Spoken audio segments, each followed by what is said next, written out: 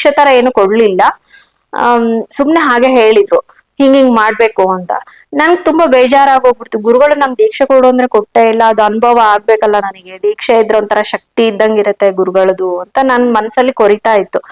ಅದನ್ನ ನನಗೇನ್ ಆಸೆ ಇತ್ತು ಅಂದ್ರೆ ನನಗ್ ಯುಗಾದಿ ಹಬ್ಬದ ದಿನನೇ ನನಗ್ ದೀಕ್ಷೆ ತಗೋಬೇಕು, ಹೊಸ ದಿನದಿಂದನೇ ನಾನು ಒಂದ್ ಹೊಸ ಏನಾದ್ರೂ ಕಲಿಬೇಕು ಅನ್ನೋ ತುಂಬಾ ಆಸೆ ಇಟ್ಕೊಂಡೆ ನಾನು ಅವತ್ತು ಅದ್ರ ಅಮಾವಾಸ್ಯೆ ದಿನ ಫೋನ್ ಮಾಡಿದ್ದೆ ಗುರುಗಳಿಗೆ.